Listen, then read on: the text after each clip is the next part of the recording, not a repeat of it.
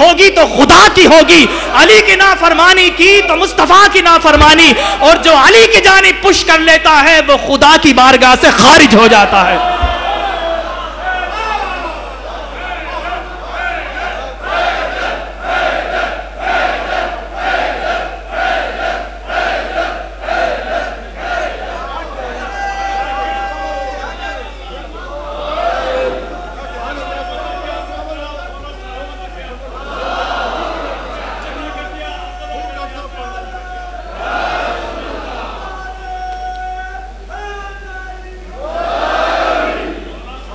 میں آپ سے عرض کروں کہ جب میں یہاں پر آ رہا تھا، ہادی بھائی نے مجھے جب دعوت دی، میں بڑا خوف زدہ تھا۔ اہل تشیع کی محفل میں الفاظ کی جادوگری ہوا کرتی ہے، الفاظات کی گردان ہوا کرتی ہے۔ میں ٹھہرا ایک طالب علم، لیکن میرا یقین تھا کہ جس ذات کی فضیلت کو بیان کروں گا وہی مجھے فرش سے عرش پر پہنچائے گی، اس یقین کے ساتھ۔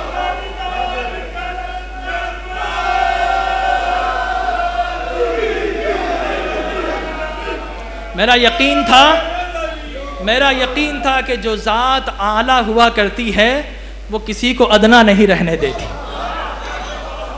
لہذا اگلی حدیث مبارک مزید وضاحت سرکار نے فرمائی، بڑی پیاری حدیث۔ جب حضور اکرم صلی اللہ علیہ وسلم مدینہ منورہ ہجرت فرما کر تشریف لے گئے تو آپ نے وہاں جا کر مواخات قائم فرمائی، بھائی چارہ قائم فرمایا۔ آپ نے کہا کہ فلاں انصاری فلاں مہاجر کا بھائی، فلاں مہاجر فلاں انصاری کا بھائی ہے۔ اب مولا علی خاموش کھڑے ہیں، انتظار میں ہیں کہ دیکھیں مجھے کس کا بھائی بنایا جاتا ہے۔ سارا بھائی چارہ مکمل ہو گیا۔ اب سرکار سے پوچھتے ہیں یہ تعلق بتا رہا ہوں، قرآن کا تعلق سنا، اب علی اور مصطفیٰ کا تعلق سنیے۔ پوچھا کہ یا رسول اللہ مجھے کسی کا بھائی نہیں بنایا، یا کسی کو میرا بھائی کیوں نہیں بنایا؟ تو سرکار مسکرائے اور آپ نے فرمایا ارے میں نے جس کو بھائی بنایا ہے اس کو میں نے بنایا ہے، اور علی تجھ کو میرا بھائی بنایا ہے تو رب کریم نے بنایا ہے۔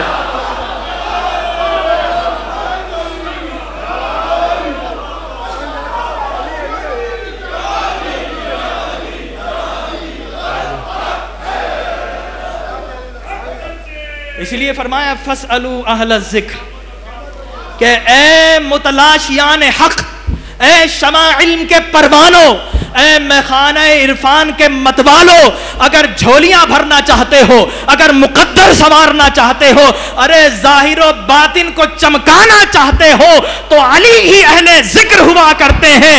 ارے ان کی بارگاہ میں آ جاؤ گے، جو کچھ مانگو گے رب سب عطا فرما دے گا۔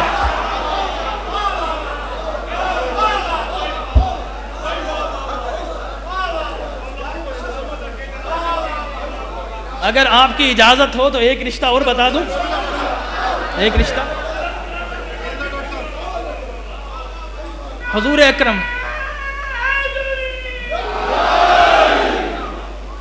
اکرم صلی اللہ علیہ وسلم کی حدیث مبارک، آپ نے فرمایا النظر الی وجہ علی عبادہ وذکر علی عبادہ۔ اللہ اکبر۔ اب آپ دیکھیے قرآن مجید فرقان حمید تلاوت کریں، بڑا ثواب۔ یہ بتائیے اگر کوئی قرآن کھول کر سامنے رکھ لے تو قرآن کو دیکھنا عبادت ہے نہیں ہے؟ قرآن کو تکنا عبادت ہے نہیں ہے؟ اسی طرح اگر کوئی رسول خدا کا بڑا مقام، آپ کی زیارت کا بڑا مقام، لیکن اگر کوئی سنہری جالیوں کو قدمین میں بیٹھ کر چپکے تکتا رہے تو تکنا بھی عبادت ہے۔ لہٰذا معلوم ہوا کہ قرآن کو دیکھنا عبادت، مصطفیٰ کریم کو دیکھنا عبادت۔ آپ نے فرمایا النظر الی وجہ علی عبادہ۔ ارے جس طرح قرآن کو دیکھنا عبادت، تعلق جاننے والوں، جس طرح قرآن کو دیکھنا عبادت، اسی طرح مصطفیٰ کو دیکھنا عبادت، اور جس طرح مصطفیٰ کو دیکھنا عبادت، ارے اسی طرح علی کو تکنا اور دیکھنا بھی عبادت ہوا کرتا ہے۔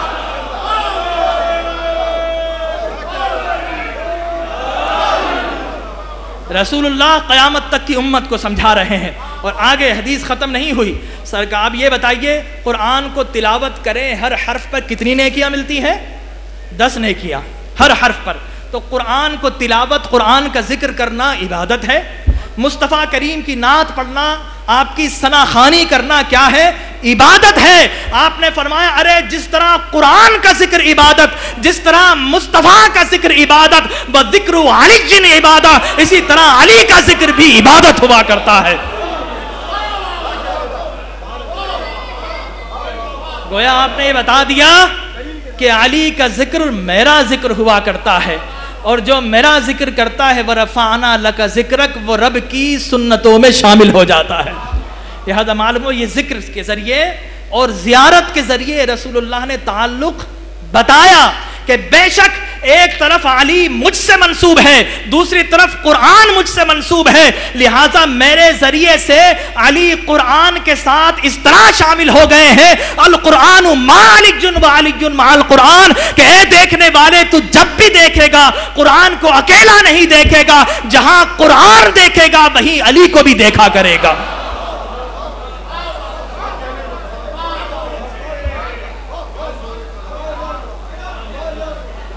تو یہ تعلق، لیکن ایک بات یہاں پر اور واضح کرتا چلوں، اکثر لوگ سوال کرتے ہیں کہ بھائی یہ حسین منی و انا من الحسین، کہ حسین مجھ سے ہے میں حسین سے ہوں، علی منی و انا من العلی، کہ علی مجھ سے میں علی سے ہوں، اس کا معنی کیا ہے؟ لوگوں کی سمجھ میں نہیں آتا۔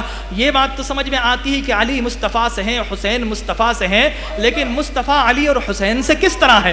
تو یاد رکھ لیجئے کہ جب آپ یہ سوال مکتبہ علم و عقل سے کریں گے تو ٹھوکر کھائیں گے، ارے یہ جواب ملتا ہے تو مکتبہ عشق سے ملا کرتا ہے۔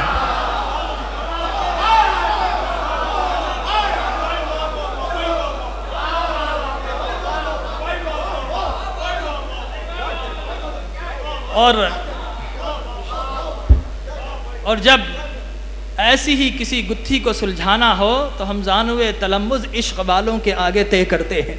میرے پیر و مرشد حضرت سید میر سیدزادہ سید میر طیب علی شاہ بخاری المعروف سجادہ نشین آستانہ عالیہ کرما والا شریف، جب ایسے ہی کوئی الجھنے آ جائیں تو سلجھانے کے لیے ان کے قدموں میں بیٹھتے ہیں، اور وہ عشق سے اتنے آسان الفاظ میں بات سمجھا دیتے ہیں کہ یقین جانیے بات بھی سمجھ میں آ جاتی ہے اور محبت عقیدہ بھی مضبوط ہو جاتا ہے۔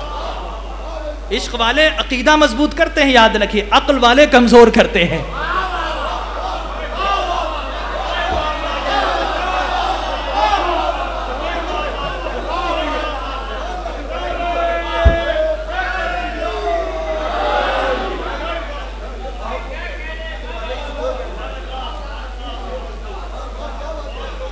تو عشق والے نے بات سمجھا دی۔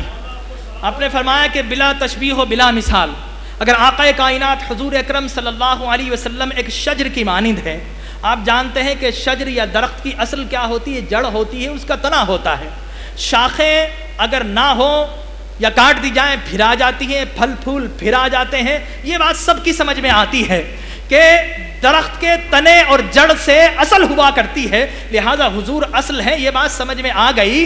لیکن اب تنے سے شاخیں کس طرح ہوا کرتی ہیں؟ حضور نے سمجھا دیا، ارے تنوں کو دیکھنے والوں، تنوں کا جمال اور کمال تو شاخوں ہی سے تو نظر آتا ہے، تنے کا حسن، تنے کا جمال اس کی شاخوں اور اس کے پھولوں ہی سے تو نظر آتا ہے۔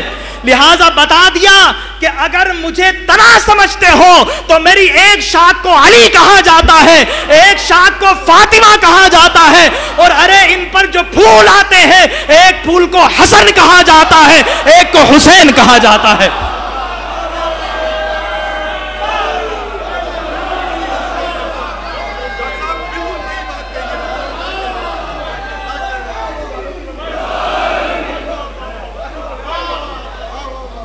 لہذا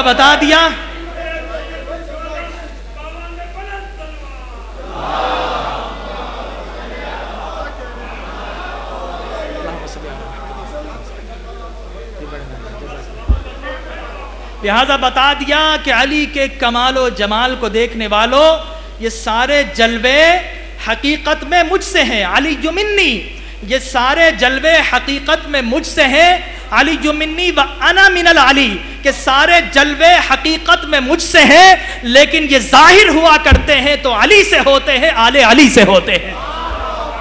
و انا من العلی، علی جو منی و انا